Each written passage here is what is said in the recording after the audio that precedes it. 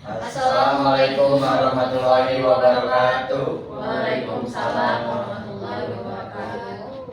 Sebelumnya perkenalkan, nama saya Najla Lea Kamila. Nama saya Alfa Sultan. Nama saya Muhammad Firmansyah. Kami dari kelompok 2 akan mempresentasikan hasil diskusi kami yang mengenai penyajian data dalam statistika dan probabilitas.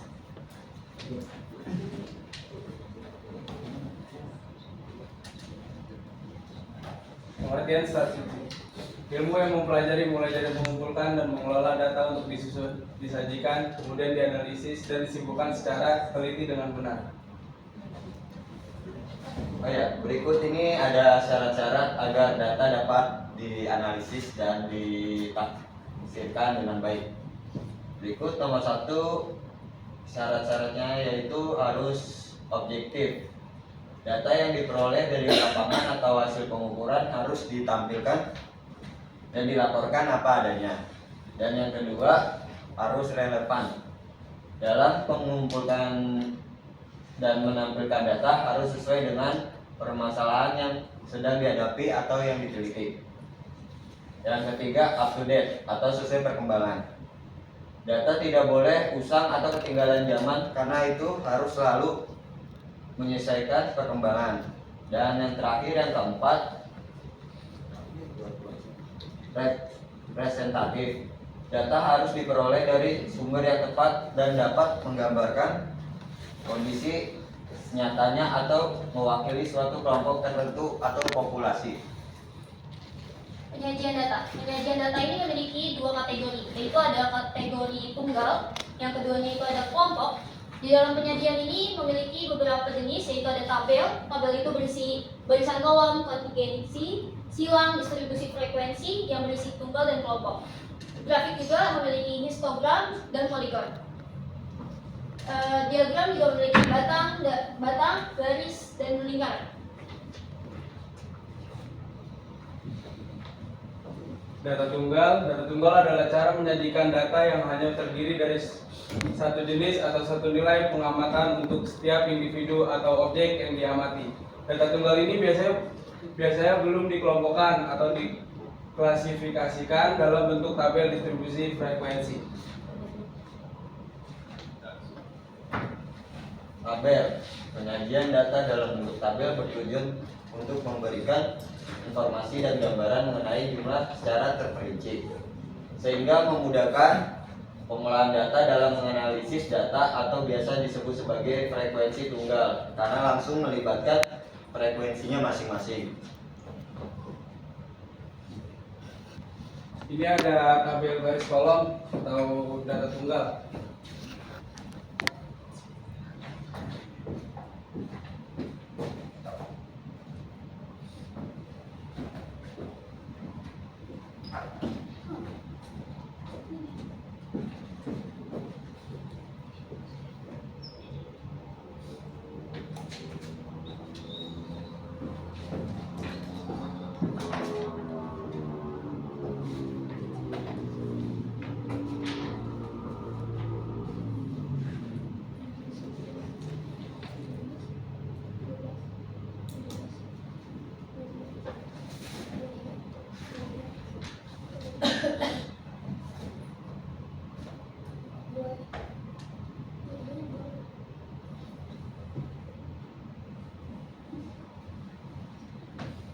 Nah, untuk membuat ininya data tunggal, sini ada nilai, nomor kolom, ini frekuensi.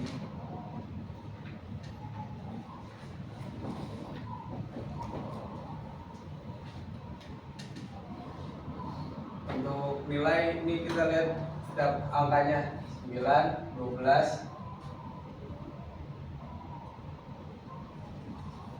17, 23. Untuk frekuensinya jumlah dari angka tersebut 9 ada 2, 12 ada 3, 17 ada 1, 23 ada 5, ada 6.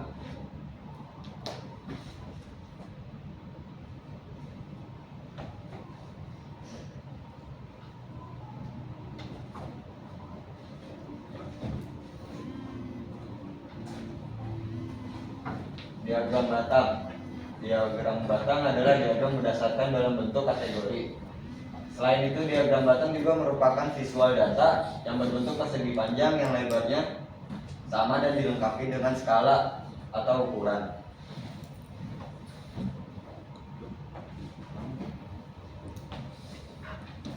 Diagram batang.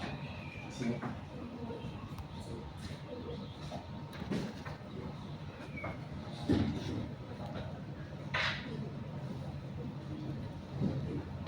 Ini cara membuat diagram batang.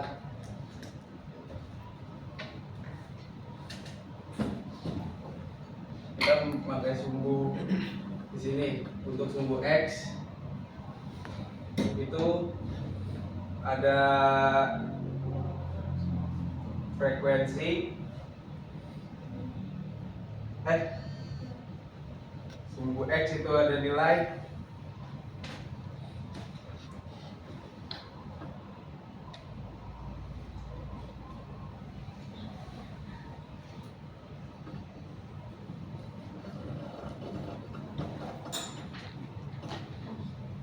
untuk sumbu Y adalah frekuensinya.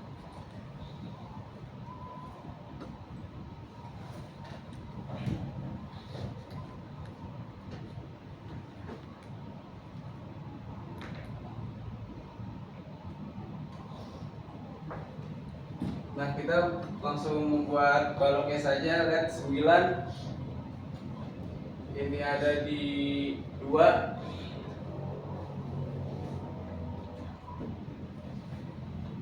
Untuk 12 ada di 3.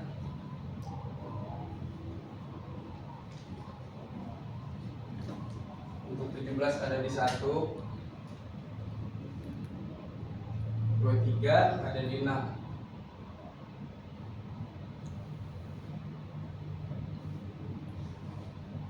Dari diagram batang ini kita bisa tahu semakin tinggi batangnya, semakin tinggi juga frekuensinya. Ini lebih mudah daripada melihat tabel, tapi sulit untuk mengetahui frekuensi sebenarnya.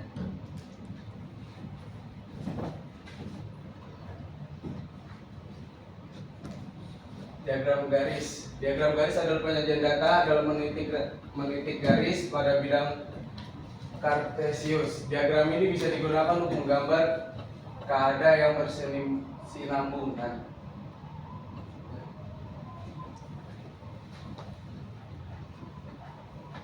Ini cara membuat diagram garis.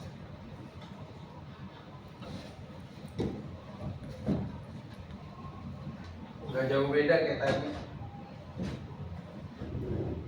Sumbu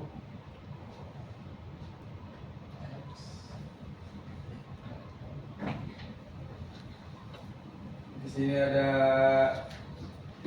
nilai.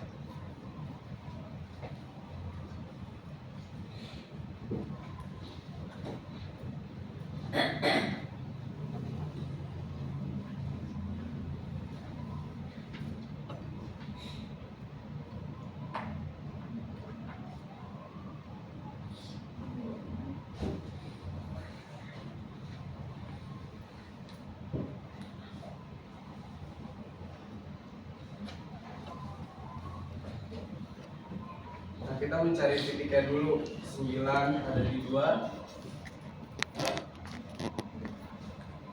12 ada di 3. 17 ada di 1. 23 ada di 6. Lalu di sini kita menarik garis.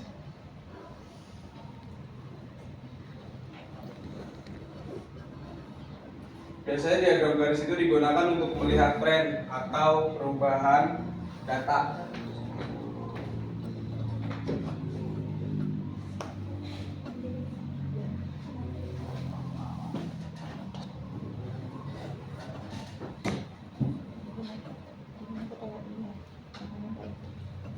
Diagram lingkaran. Diagram lingkaran diartikan sebagai cara pengajian kumpulan data ke dalam lingkaran. Dengan lingkarannya dibagi menjadi beberapa bagian sesuai dengan klarifikasinya datanya. Ini untuk membuat data lingkaran. Di sini ada perubahan ya karena beda. Yang satu, maaf, buat 5 aja. Yang mudah, ya.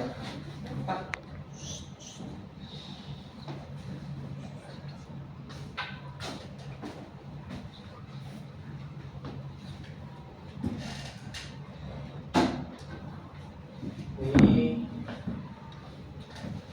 kita membuat ini dulu.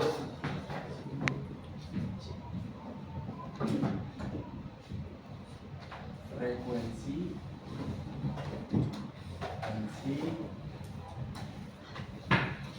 banyak seluruh data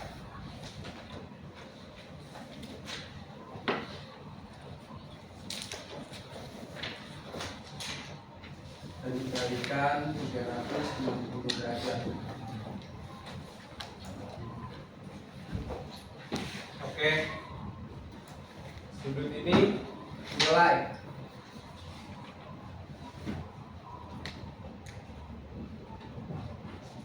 Sudut nilainya 9. Terus frekuensi 2. Nah, banyak seluruh data itu adalah data yang situ tuh. Ada berapa banyak? Ada 12 ya. 12 dikali 360 derajat sama dengan 60 derajat. Sudut nilai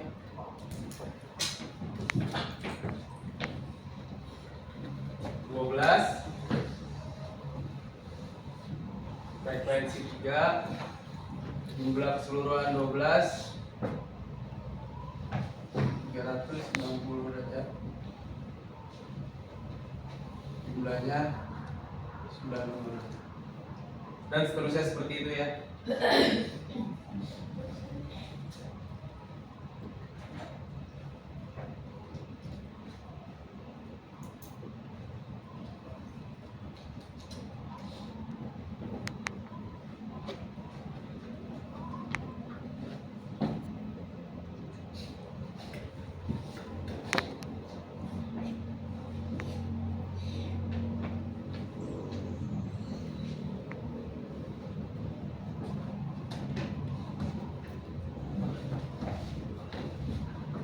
Oke, ini cara membuat rencananya.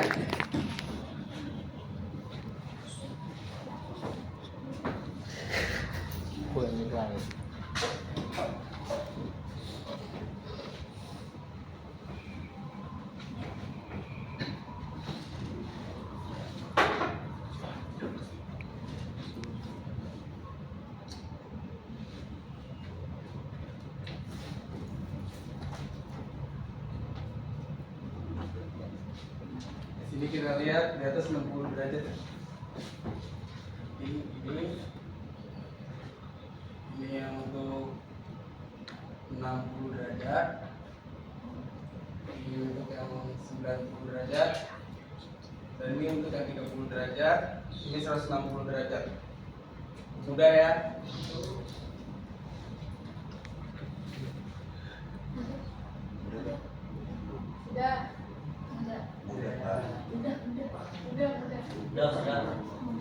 Gampang. Nanti kalau jawab ya. Udah sekali teman-teman. Ya, 9, ini 12, ini yang 12. Oke. Udah mau di Ada mau dicatat dulu. Ada yang mau catat dulu atau untuk boleh. boleh ya? Oke, catat dulu ya. Oke. Yang bawah dulu. Oke. Data kelompok adalah cara menyajikan data yang sudah dikelompokkan dalam beberapa interval, kelas atau kategori tertentu. Biasanya tuh digunakan dalam data yang jumlahnya besar supaya lebih mudah dianalisis dan dipahaminya. Ini contoh soal data kelompok.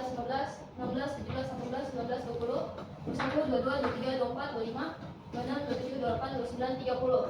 Berarti di sini banyaknya data itu 30. 1 ditambah 3 lawan 3 dikali dengan log 30 sama dengan log 30 itu kan 1,47 ya? 1,47 atau 1,447? 477. Oke, 1 tambah koma 3 balik 1,477. Ya. Itu. Oke. Ditotalin itu jadi 5,47. Karena di sini masih bilangan desimal harus dibulatkan ke angka paling atas. Biasanya sih dia dibulatinnya ke angka paling besar ya, ke angka paling atas yaitu 6. Jadi banyaknya data di sini tuh ada 6.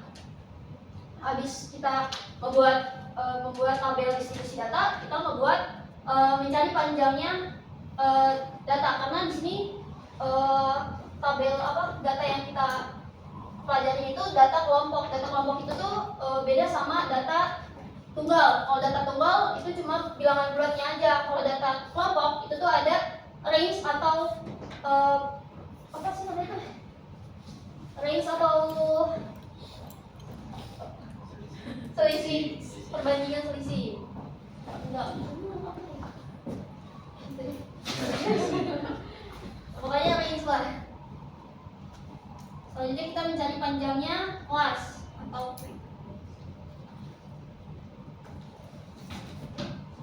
panjang kelas. Di sini itu tuh ada namanya jangkauan, rumusnya dibagi dengan banyaknya kelas. Ini banyaknya kelas kita udah dapat ya, 6.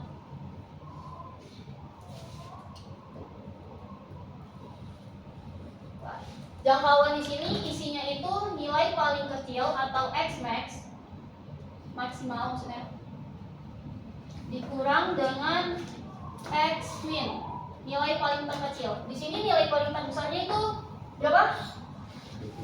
30. Paling kecilnya itu 1. Oke, berarti nilai terbesarnya itu 30 dikurang dengan 1.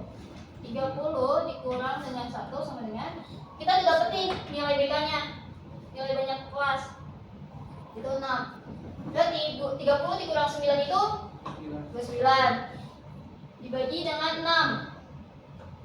Dibagi dengan 6 itu kan hasil koma ya? 48,3. 4,83. Sorry. Sama yang tadi gue bilang, aku bilang setiap desimal itu harus dibulatkan yang lebih besar. Jadi hasilnya itu 5. Jadi kita buat ini. Di sini kalau di sini kelihatan nggak? Kelihatan ya. Ya nggak nyampe.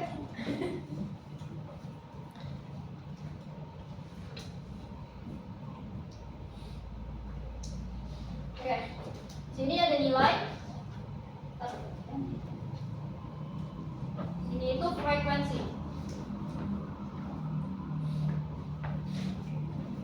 Nilainya tadi kita udah nemu nih.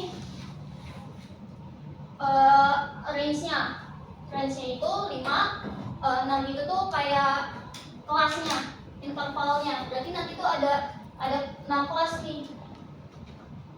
Ya, ada 6 kelas. Pertama tuh diurutin dari yang paling terkecil. Dari paling terkecil kan urutannya tuh perbedaannya itu 5 ya. 1 sampai 5 itu kan hitungnya 1, 2, 3, 4, 5. Jadi ditulisnya itu dari 1 sampai 5. Selanjutnya lagi 6, 7, 8, 9, 10. Pokoknya sampai 55 selisihnya. 6, 10, 11, 15, 16, 20, 21 sampai 25, terakhir di 26 sampai 30 karena 30 itu udah di akhir data. punya 6 kelas atau interval nilai.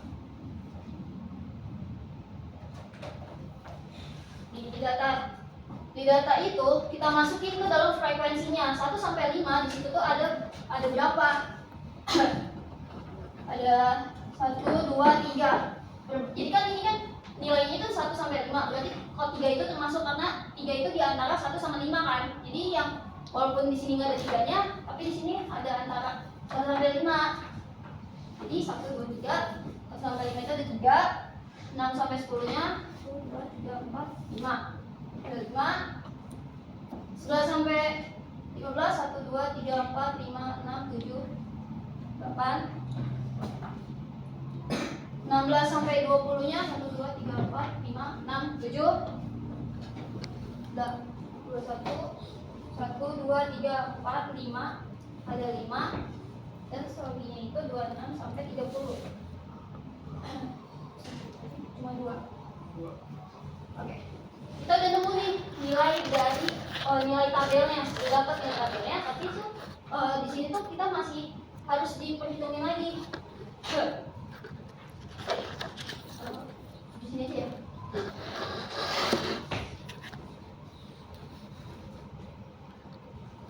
Di tabel ini tuh ada namanya batas kelas.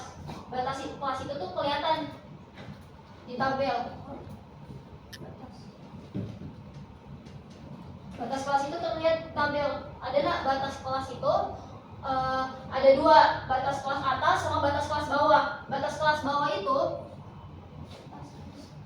batas kelas bawah. Batas kelas atas itu tuh nilai paling tertinggi. Nilai tertinggi itu kan di antara kita ambil dari contohnya di interval ini ya, nilai pertengahan ya, 11 sampai 15. Nilai yang paling terbesar kan 15, berarti dia masuknya ke batas kelas atas. 15, intinya itu 11.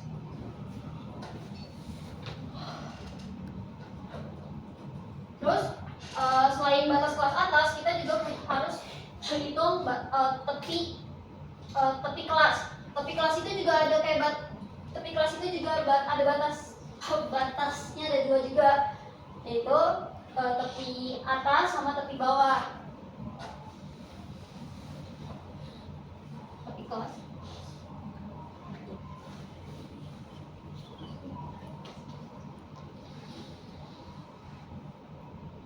Tapi di sini bedanya batas kelas sama tepi kelas itu, kalau batas kelas ini dia kelihatan di tabel, angkanya tinggal dimasukin. Tapi kalau tepi kelas itu kita harus dihitungin dulu, harus hitung dulu, tidak terlihat di tabel.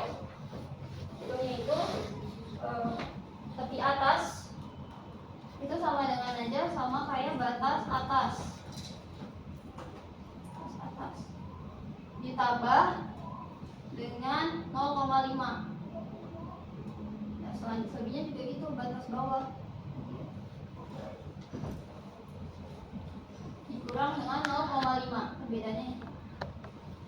Jadi kita udah nemu nih batas atasnya berapa, batas bawahnya berapa. Tinggal dimasukin batas atasnya itu kan 15 ditambah 0,5 itu 15,5. Dan batas tepi bawahnya itu, batas bawah udah tahu 11 dikurang 0,5 itu 10,5 ya? 10,5. Jadi kita udah dapat batas kelas dan tepi kelas. Nah, kita juga harus nyari panjang kelas. Sebenarnya panjang kelas ini sama aja kita nyarinya, cuma saya dapat ada rumus lain gitu. Kelas.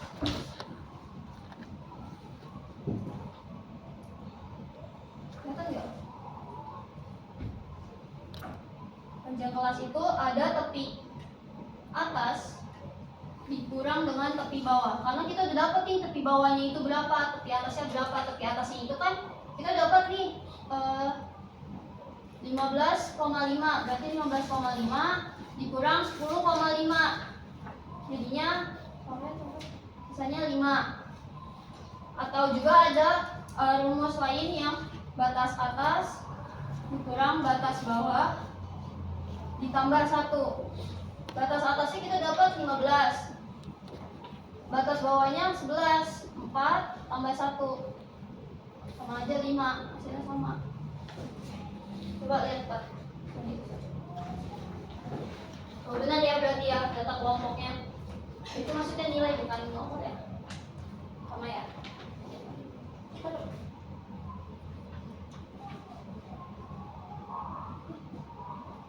Nih ini rumus-rumusnya tadi.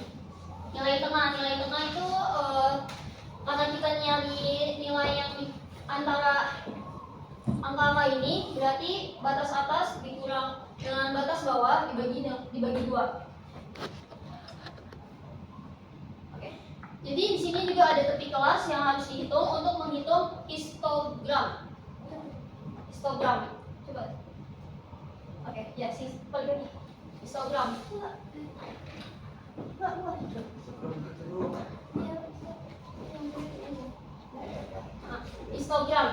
Histogram itu tuh kita ngambil dari tepi kelas. Jadi ini kan tadi aku baru hitung yang 11 sampai 15. Nah, di histogram itu harus dihitung semua frekuensi sama nilainya. Jadi yang di 1 sampai 5 itu 0,5 sampai 5,5 pakai rumus yang tepi kelas. Nih, nanti jadinya seperti ini. Ini yang ini tuh namanya, yang ada batanya itu namanya histogram. Histogram kayak misalkan, tapi histogram ini harus sesuai dengan titik, sesuai dengan koma di garis ini ya. Dan poligon itu sama aja kayak garis titik. Jadi titiknya itu nanti di pertengahan antara si batangnya histogram.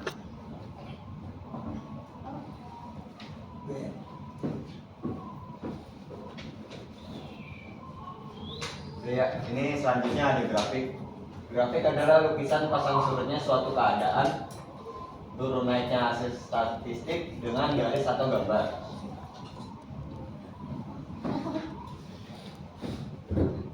Nah, berikut ini contoh grafik histogram atau batang. Ya, boleh.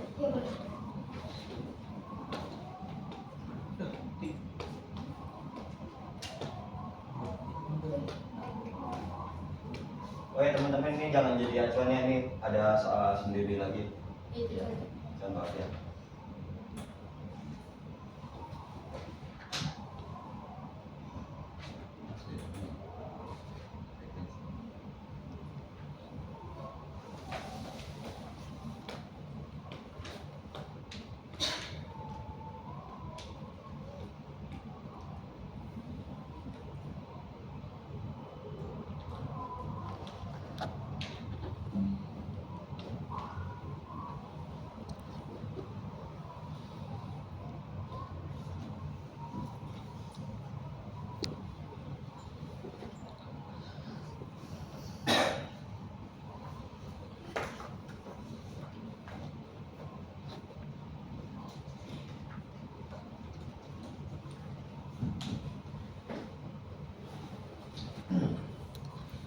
Oh ya teman-teman, untuk membuat grafik histogram, pertama-tama kita mencari X-nya dulu. X-nya itu nilai tengah atau rata-rata dari penjumlahan kelas dan dibagi 2 dengan frekuensi.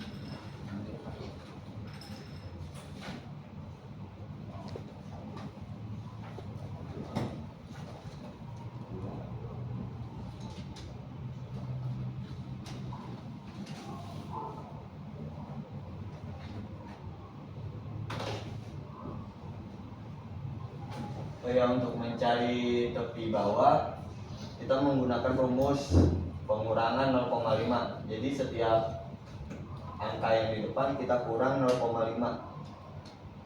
Contohnya seperti 41 dikurang 0,5 kan 40,5. Selanjutnya 43,5, 46,5, 49,5, dan 52,5. Dan selanjutnya untuk mencari tepi atasnya kita menggunakan angka yang di belakang ini dengan cara menambahkan 0,5. Kalau tadi kan pengurangan dan sekarang penjumlahan. 43 ditambah 0,5 berarti 43,5, 46,5, 49,5,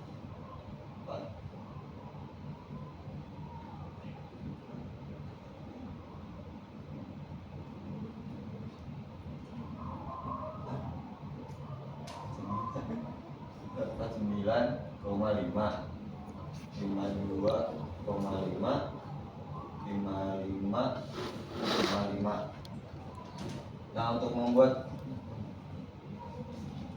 diagramnya seperti ini teman-teman, kita membuat garis dulu. Dan di sini nilai frekuensinya ada 5.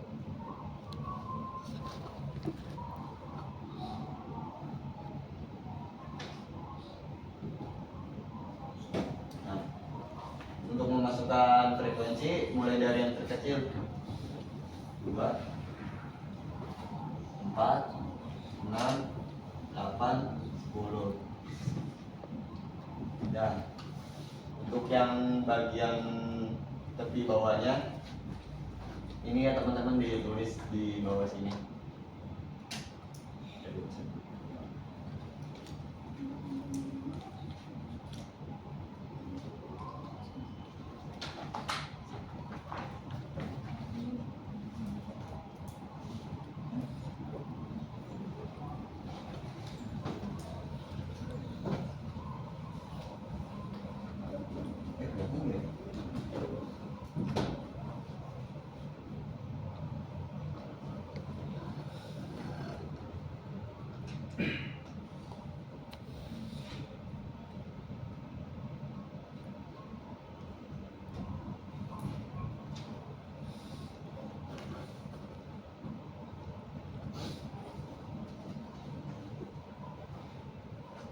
Nah, untuk mencari grafiknya ini dengan cara mengurutkan dari sini, dari frekuensi yang di atas ini.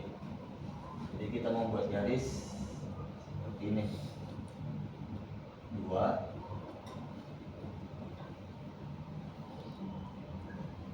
nah untuk yang kedua 4, jadi 4, untuk yang ketiga 10, untuk yang keempat 8, dan untuk yang terakhir 6. Nah, berikut cara mengerjakan grafik histogram atau cara membuatnya. Nah, untuk mencari poligon ini atau garis ini cukup mudah ya teman-teman ya. Kita mencari titik tengahnya ini. Sebagai acuan kita misalnya kasih titik-titik di tengah sini, terus kita kasih garis seperti ini.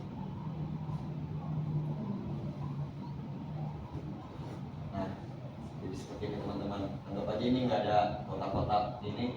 Nah, poligon itu seperti ini teman-teman. Sekian dari kami. Dengan ini, apakah ada pertanyaan? Ya, boleh. Permisi, nama saya Dikri Maulana dari kelompok 3. Ya, silakan. Tadi kan banyak gambar-gambar grafik, terus diagram ya. Menurut kalian tuh mengapa pentingnya menyajikan data dalam bentuk visual seperti grafik atau diagram? Bentar, oke. Terima kasih untuk Fikri.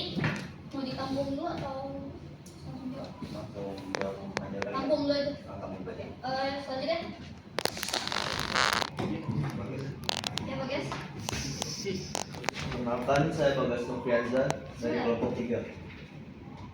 Dan pertanyaannya adalah, dalam penyajian data kelompok, PPT menyebutkan interval kelas. Mengapa data perlu dikelompokkan ke dalam interval kelas? Dari ya, terima kasih. Oke. Masih ada satu pertanyaan. Dua. Cuma dua.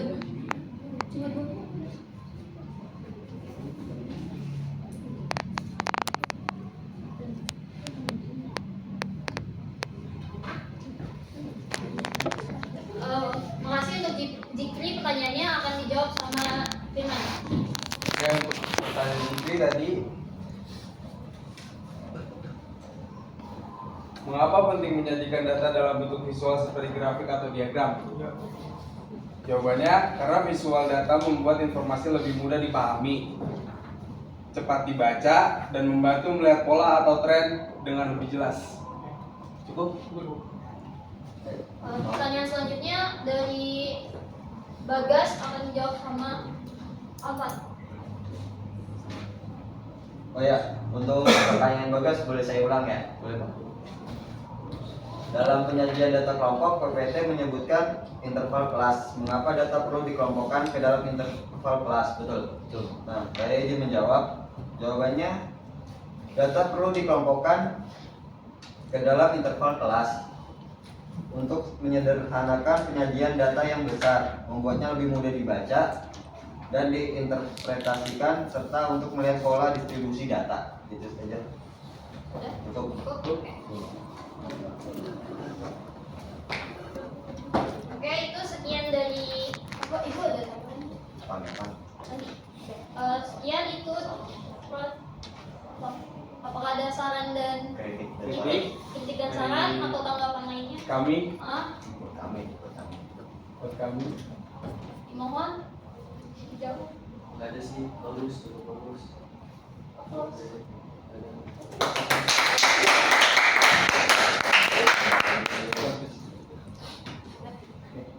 Sekian dari kami. kurang lebihnya mohon maaf. Wassalamualaikum warahmatullahi wabarakatuh. Waalaikumsalam warahmatullahi wabarakatuh. Duduk.